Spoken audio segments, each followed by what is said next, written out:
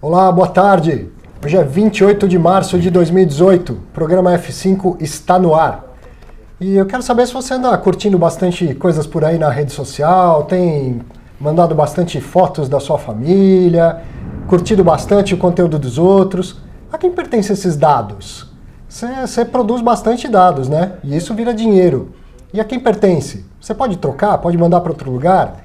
Hoje o programa F5 trata da privacidade de dados, de como tudo isso é tratado da forma legal, na forma do direito.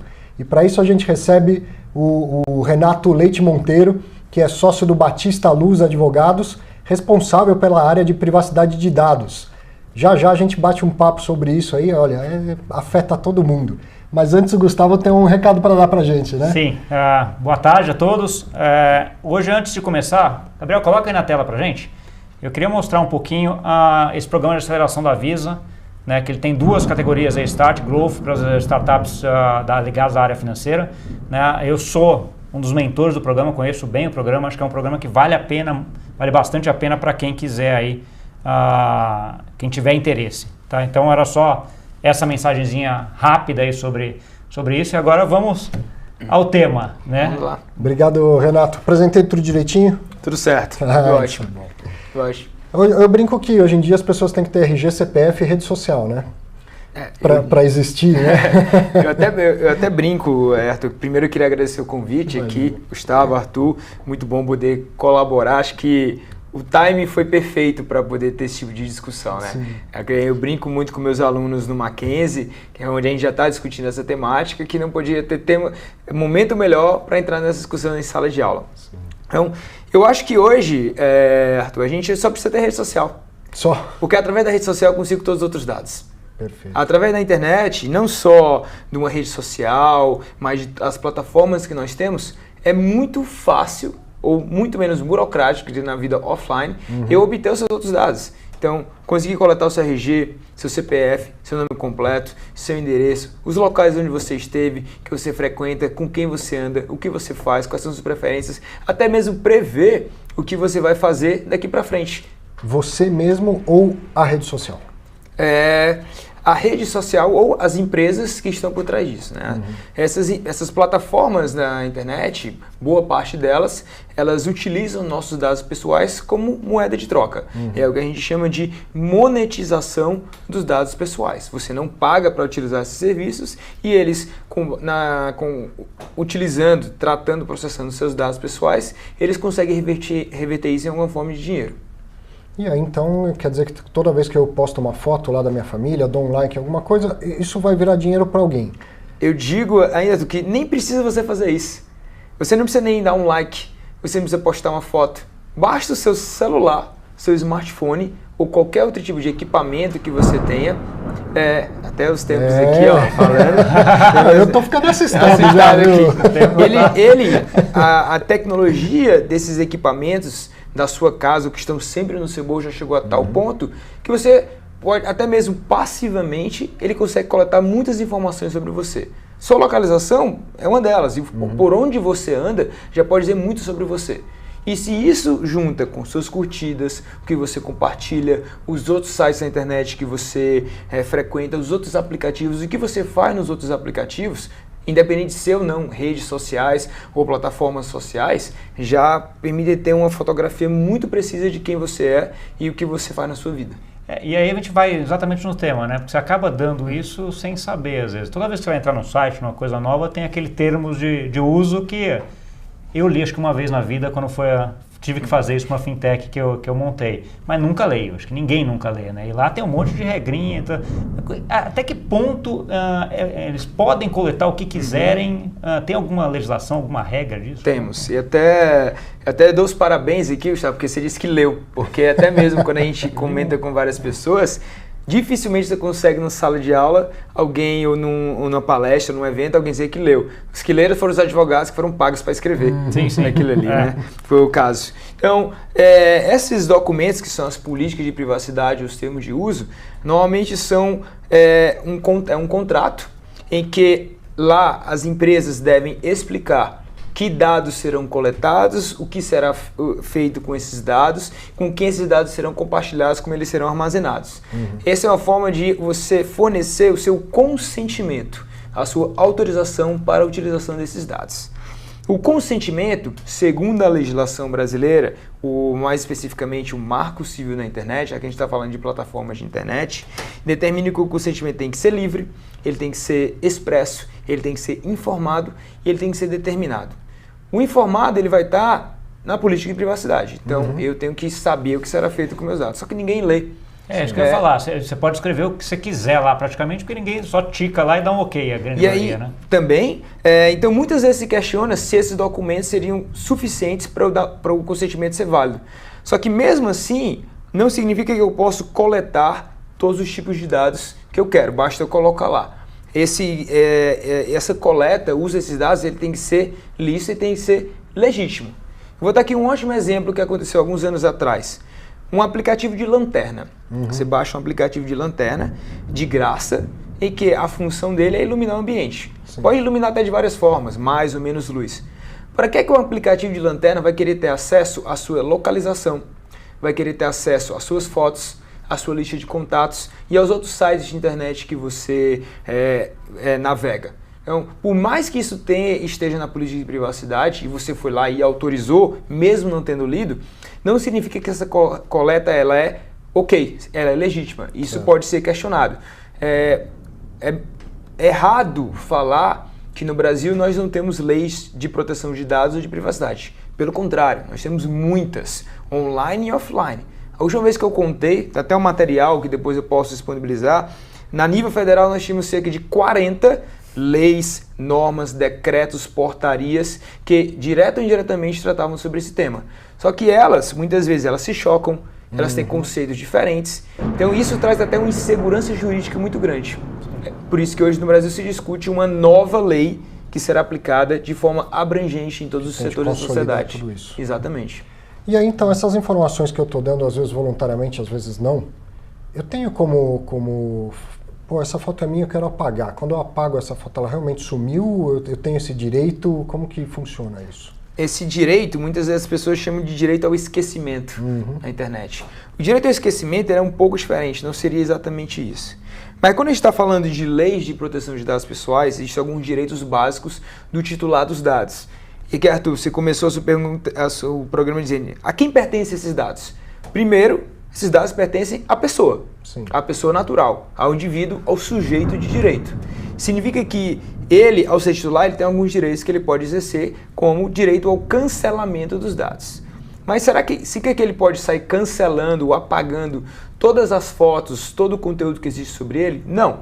Em muitas situações você tem que ter um motivo justo, adequado, que não se sobreponha a outras finalidades, a outros propósitos daquela informação. Por exemplo, imagina um investigado do escândalo de corrupção que vai lá no site de uma revista e diz, olha, essa foto é minha, cancela porque é um direito básico meu. Existe um interesse maior na manutenção daquilo ali. Em outras questões, se aquela informação, aquele dado, ele foi coletado somente por meio do meu consentimento, eu posso lá retirar o consentimento e até mesmo pedir o apagamento desses dados. Tá. Um outro ponto também que é o escândalo mais recente aí da Cambridge Analytica lá fora, tal, de utilizar dados de uma rede social e com base nesses dados ter algoritmos que influenciaram a eleição americana, né? Que foi o que falou. Uma coisa eu diria assim, é o vazamento desse dado, né? Se pode, se não pode. A outra é a utilização desses dados para um algoritmo que vai te induzir a tomar alguma coisa. Né? Como é que a legislação vê isso? Tanto o vazamento quanto essa eventual indução aí por conta dessas coisas? Acho que para entender a trajetória do caso da Cambridge Analytica, a gente tem que ver que os dados a priori eles foram coletados de forma lícita. Então, o pesquisador da Universidade de Cambridge, ele coletou esses dados por meio de um aplicativo que tinha uma finalidade de pesquisa científica, estatística, de psicometria, uma parte da psicologia. Só que o grande problema é que esses dados foram utilizados para outras finalidades sem autorização. Quando a gente fala de dados, proteção de dados, um outro princípio é o princípio da finalidade. Eles têm que ser usados para finalidade conhecida do titular e determinada. Então, o primeiro erro da história foi que esses dados depois que foram coletados, de uma magnitude muito grande, eles foram comercializados, ou seja, já houve um desvio de finalidade, e depois foram utilizados para finalidades de propaganda eleitoral induzida, no caso aqui, uma outra finalidade. Essa propaganda eleitoral, esse marketing eleitoral, ele é vedado? Não, ele não é vedado. Nós temos aqui, nossa legislação eleitoral, inclusive recentemente foi alterada com relação a isso, até mesmo para tentar lidar isso de uma forma mais transparente. Só que os dados que estão sendo utilizados para ter, esses dados eles são o input do algoritmo, eles são incluídos no algoritmo para poder direcionar esse conteúdo. A fonte desses dados provavelmente ela é inadequada. Um outro grande problema, Gustavo, é que esses algoritmos, muitas vezes eles são opacos, eles não são transparentes. Por mais que eu saiba, eu não sei que dados são coletados pelo algoritmo. 2, depois que esses dados são colocados lá, como esses algoritmos utilizam esses dados. E aí que hoje já existem diversas iniciativas dentro do que a gente chama de governança algorítmica. A ideia de accountability. Nós já temos legislações na Europa que é chamado direito à explicação. Também seria um direito básico do titular dos dados, ele receber uma explicação de como os seus dados estão sendo utilizados por um algoritmo. Principalmente, Gustavo, se esses algoritmos eles podem influenciar na vida da pessoa. Você quer mais influência, e é que não só na vida da pessoa, e hoje existe uma questão se mesmo que puder influenciar toda a coletividade. Você quer influência maior do que um pleito eleitoral? Sim. Afetou a sociedade inteira. Né? Afetou a sociedade inteira, provavelmente até o mundo inteiro. A questão geopolítica do mundo hoje pode estar diferente por causa disso. Enorme. Um outro ponto que tem também, assim, o mundo está cada vez mais globalizado, né? Cada vez menos fronteiras. Então você tem aplicativos que captam informações de brasileiros que estão baseados na Europa, nos Estados Unidos, etc. Como é que é essa legislação? E acho que até, já aproveitando, a Europa soltou uma legislação recente sobre isso, né? Que inovação, qual a diferença que tem lá dessa nova legislação? O que você mencionou, Gustavo, é a que a gente chama de General Data Protection Regulation, ou como tu nos chama pela sigla, GDPR. A GDPR é uma nova regulamentação da União Europeia que vem substituir a Diretiva de 95 e ela visa ter uma lei única de proteção de dados e privacidade para a Europa inteira. Um dos principais motivos para a criação dessa norma única foram econômicos. Imagina como você falou, se eu tenho um serviço, eu tenho um aplicativo pela internet que não obedece fronteiras geográficas, se eu tenho uma lei na França que fala alguma coisa, eu tenho uma lei na Alemanha que faça outra, na Inglaterra outra, na Espanha outra. Olha a insegurança jurídica, olha o custo que é operacional para a empresa oferecer isso. Então disseram, vamos criar uma lei única com relação ao uso dos dados. O outro foi fortalecer alguns direitos básicos, como o direito à explicação, que não existia, e também dar mais um poder maior a algumas autoridades para realizar algumas investigações se nós tivermos algum uso indevido, como no caso da Cambridge Analytica. Só que essa legislação europeia, ela não se aplica só à União Europeia. Ela tem o que nós no direito chamamos de aplicação extraterritorial. E ela tem vários elementos, que eu posso listar alguns, que dizem que mesmo empresas fora da União Europeia, elas têm que seguir, elas têm que se adequar a essa nova legislação. Então, se eu puder listar alguns dos elementos que vão determinar isso. Primeiro, se a empresa, independente do local onde ela estiver do mundo, ela tiver sede, filial ou representação na União Europeia, ela vai ter que se adequar a essa nova regulamentação. Segundo, mesmo que ela não tenha sede, filial ou representação, se ela oferece serviços ao mercado europeu. Como é que eu vou entender se ela oferece efetivamente um serviço? Então, se eu tenho um site brasileiro, de uma empresa brasileira, mas que ele está em francês, então ele está oferecido para o mercado da França. Então, significa que existe aqui uma intenção de oferecer esse mercado. Tem que se adequar a essa nova regulamentação. Uma outra é, se eu coleto dados de pessoas naturais que estão na União Europeia. E aqui é bom ressaltar algo que de vez em quando eu escuto nas conversas, é que essa nova legislação europeia, ela não leva em consideração a nacionalidade das pessoas do titular dos dados. Pode ser um australiano que está na União Europeia, pode ser um brasileiro que está na União Europeia. Se esses dados pessoais forem coletados dele enquanto ele estiver lá, deve se aplicar as regras e as limitações que são impostas por essa nova legislação. Então, isso a gente escuta muito. Então, significa que empresas brasileiras que eventualmente coletam dados de pessoas que estão na União Europeia, elas vão ter que se adequar. E aqui, um último ponto também, se eu tenho uma empresa que está em qualquer lugar do mundo, que coleta dados em qualquer lugar, mas os seus computadores, o processamento desses dados estão na União Europeia, tem que se adequar. Então, essa nova lei, ela impõe novas regras, limites, obrigações no uso dos dados e impõe penalidades gigantescas, que podem ser de 20 milhões de euros, ou até mesmo 4% do faturamento global da empresa. Caramba. Então, imagina uma empresa como essas grandes empresas de internet que tem, 4% do faturamento global anual. Colossal. Mas é uma empresa que está fora da União Europeia. Como é que a gente vai... Como é que as autoridades europeias vão lá e conseguir aplicar essa multa? Existem instrumentos de direito internacional que isso pode ser feito, elas têm competência para isso, só que ela simplesmente não conseguiu aplicar a multa, ela pode suspender as operações de processamento de dados daquela empresa, daquele serviço na Europa. Território europeu, Por exemplo, o que aconteceu com o WhatsApp no Brasil. Né? Por outros motivos totalmente diferentes, suspende, mas eu posso chegar, a autoridade francesa, o CNIL, pode chegar, você não vai pagar a multa?